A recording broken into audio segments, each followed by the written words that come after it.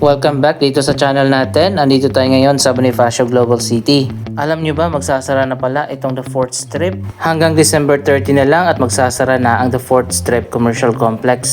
Magkakaroon pala dito ng redevelopment.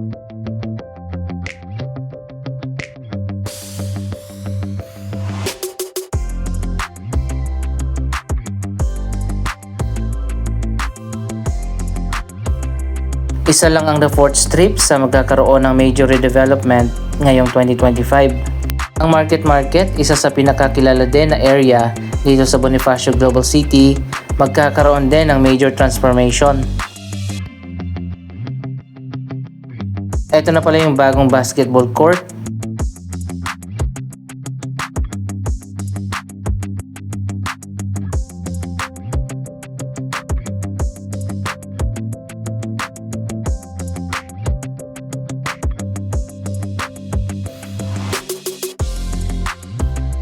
Ngayong 2025, may mga bago pang projects na itatayo dito sa BGC.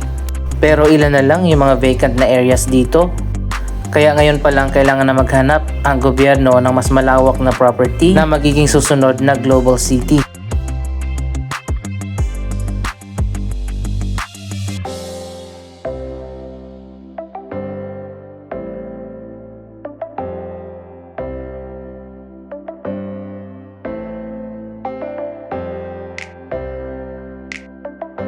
Andito tayo sa Sun Life Amphitheater. Medyo napabayaan na yung landscaping dito sa amphitheater.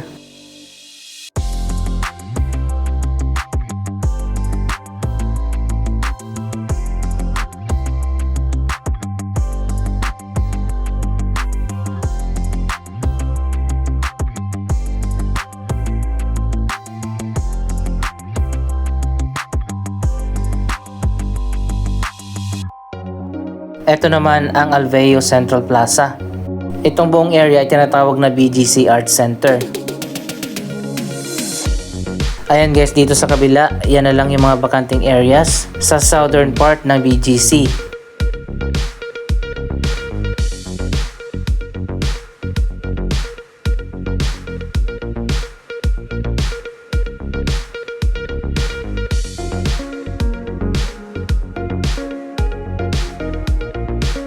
Ito naman ang Maybank Performing Arts Theater.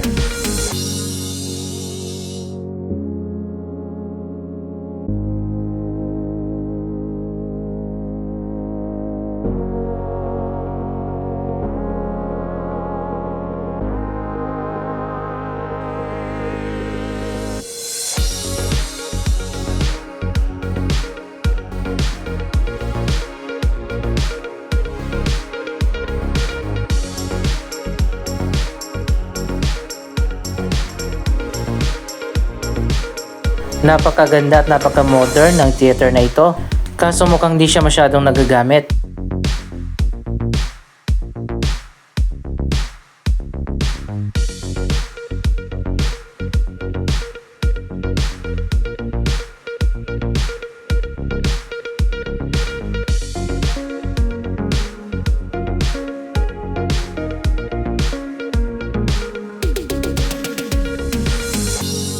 Maganda rin ang skyline dito sa southern part ng BGC. Anyway, world class naman talaga ang buong Bonifacio Global City.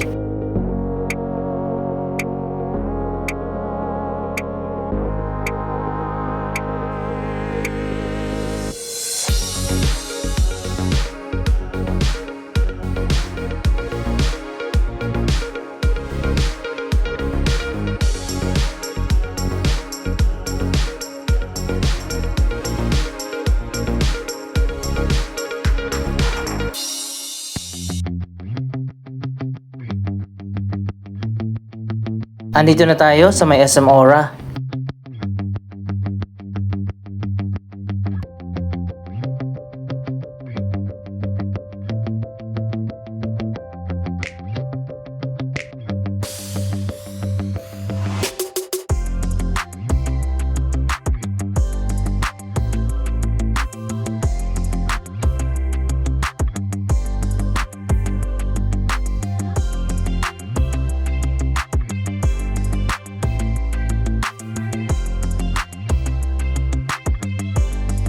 Parang Shibuya Crossing nga ang lugar na ito sa dami ng tumatawid.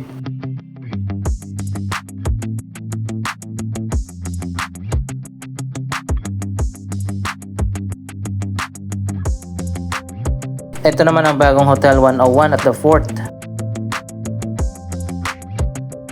Andito na tayo sa may parking area sa Market. Ayon pa sa BCDA, magkakaroon na ng redevelopment dito simula sa mga susunod na taon.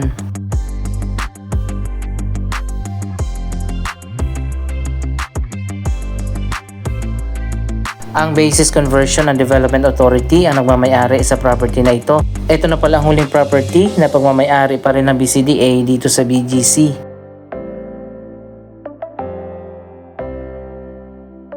Sa ngayon, ang buong market area ay kasalukuyang dinevelop at minamanage ng Ayala Land. Pero ang kanilang contract ay matatapos na sa year 2027.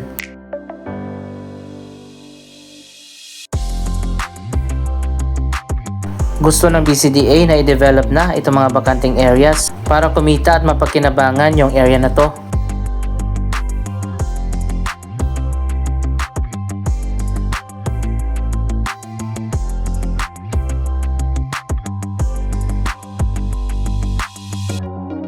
Kasama sa redevelopment, itong malawak na terminal.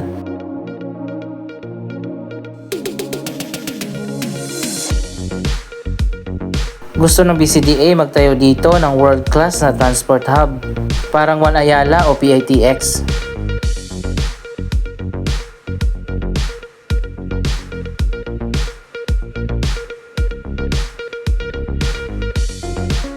So ayan guys, makikita nyo naman kung gaano kalawak yung area na to. Malaki pa ang potential, lalong-lalo na at nasa prime location ang BGC.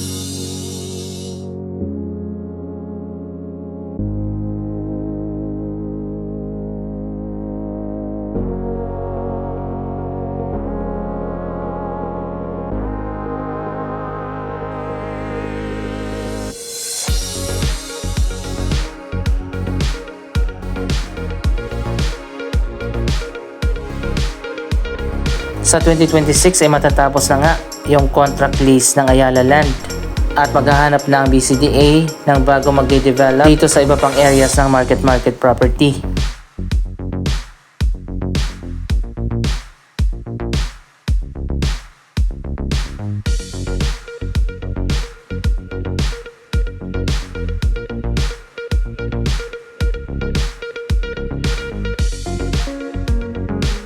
Ngayong year 2025, magsisimula na ang bidding para sa susunod na developer ng market.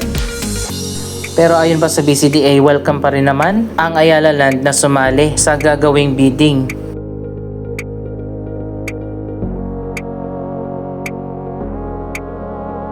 Ayon pa sa BCDA, kailangan na at least 35 billion na investment para magtayo dito ng transport hub, mga bagong residential, office at iba pang mga projects.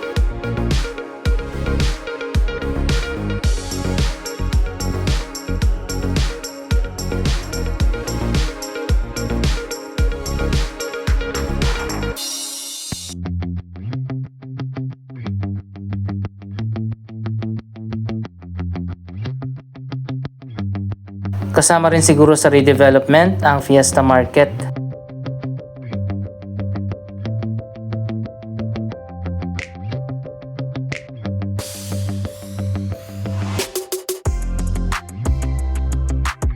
By the way, dito rin sa area itatayo ang Metro Manila Subway Bonifacio Global City Station.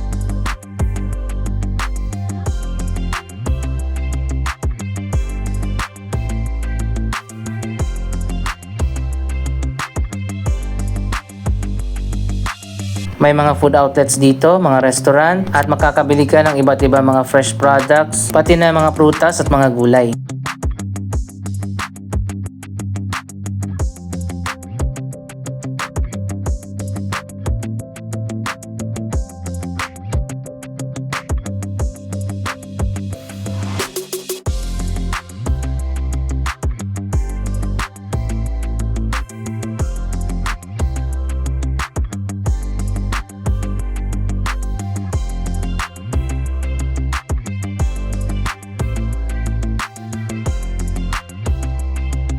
Ano kayang bagong project ang babagay dito?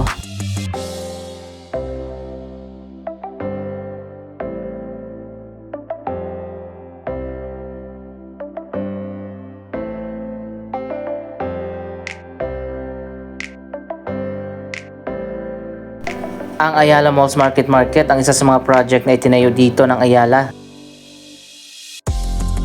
Kapag natapos na yung contract, ito turn over na ng Ayala Land ang mall sa BCDA.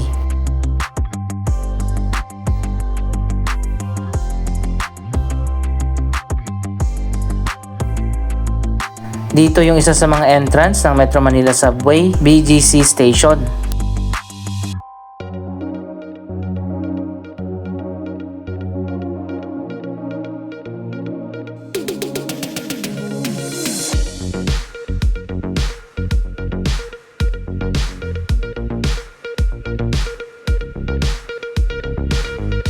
Pero sa tingin ko hindi bibitawan ng Ayala Land ang Ayala Malls Market.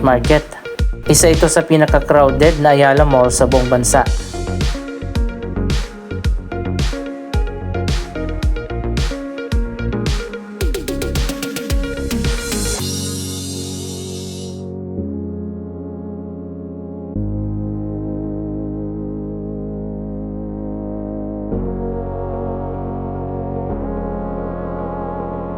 $35 billion investment, kayang-kaya yan ng Ayala Land.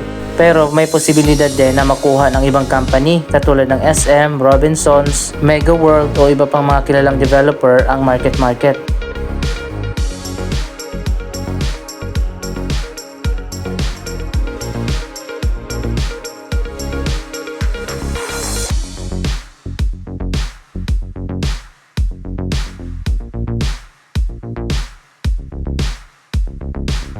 Akala nating lahat Ayala Land na yung may-ari dito sa market. Yun pala, naka-lease lang sila dito for 25 years. Ang bilis ng panahon, 25 years na pala nakalipas.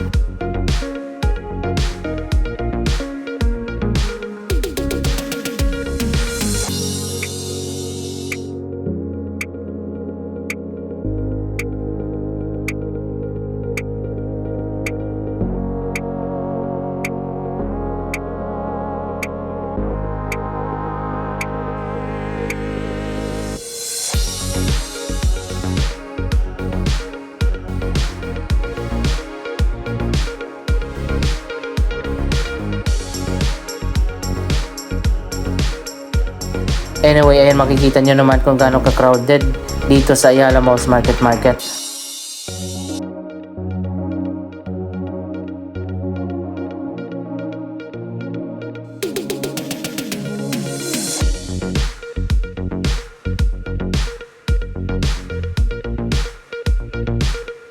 Abangan natin sa mga susunod na taon kung sino ang developer ng market. Pati na sa The 4th Strip na magkakaroon din ng mga bagong projects.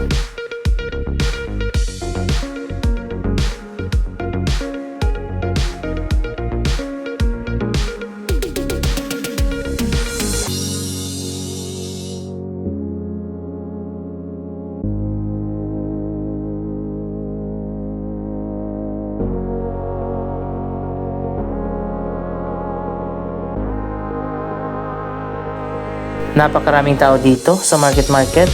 Pero mapapansin naman natin na medyo kailangan na rin ng major renovation dito sa loob ng mall.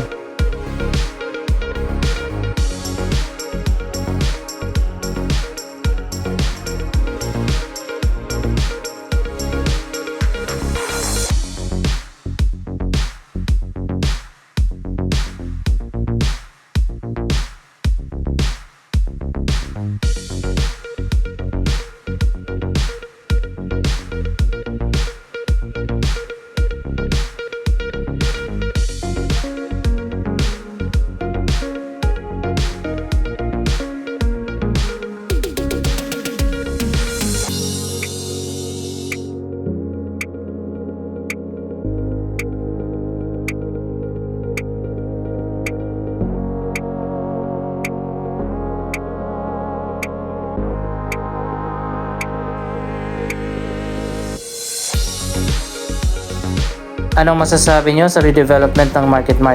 Mag-comment lamang dyan sa baba ng inyong mga reaksyon. Maraming salamat sa inyong panonood. Don't forget to like, share, comment, at subscribe. Thank you for watching.